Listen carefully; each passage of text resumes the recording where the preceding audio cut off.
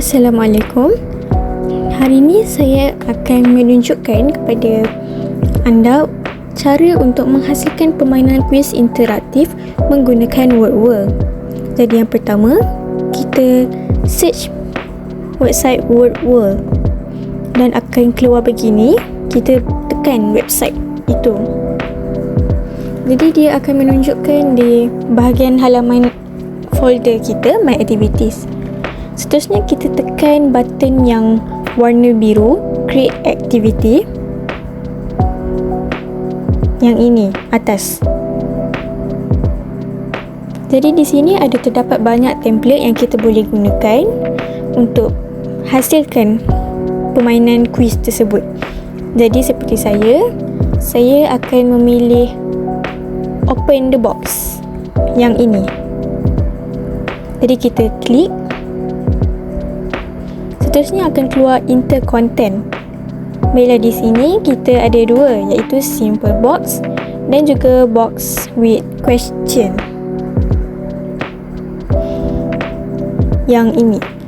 Baiklah, untuk menghasilkan permainan kuis ni, kita akan memilih Box with Questions.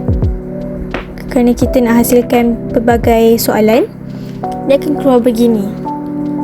Baiklah, untuk itu kita tukar activity title.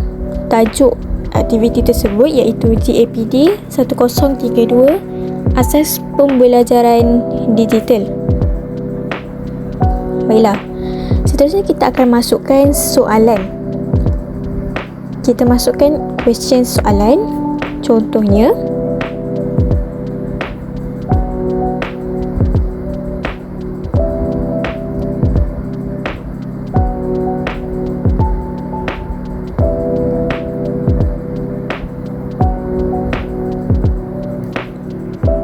baiklah, untuk pilihan jawapan kita ada A, B. Jika nak tambah, kita boleh letak add more answer dan akan tunjuk A, B, C dan D.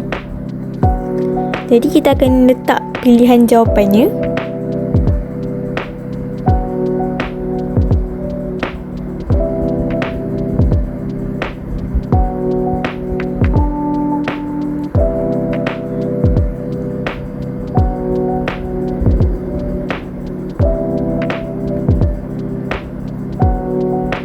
Baiklah, saya hanya menggunakan 3 jawapan sahaja. D kita tak guna. Jadi anda boleh biarkan sahaja. Ataupun anda nak add jawapan lagi, kita boleh tekan add more answer. Tetapi saya tidak gunakan. Jadi untuk memilih jawapan betul, kita akan menekan butang klik di sebelah kiri bahagian jawapan. Jadi begitu juga dengan soalan-soalan yang berikutnya. Setelah selesai kita memilih jawapan dan menyusun soalan, jadi ini adalah soalan-soalan yang telah disediakan. Selepas itu anda menekan klik button warna biru di hujung bawah dan dia akan saving activity.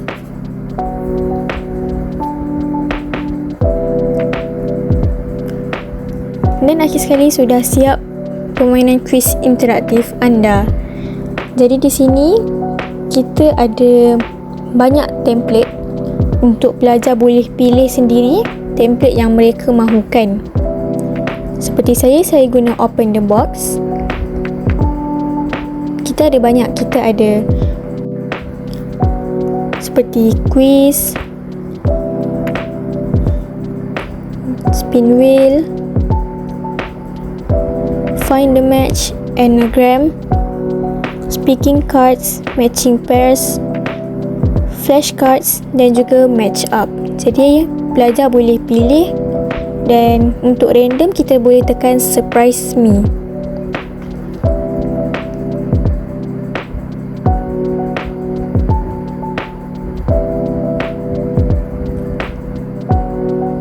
Di bawah pula ada visual style, di mana pelajar boleh memilih tema untuk background soalan.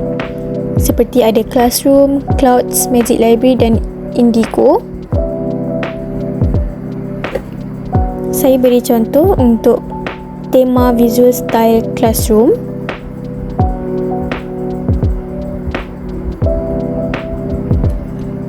Begitu, saya menggunakan open the box. Seterusnya seperti quiz. Begitu.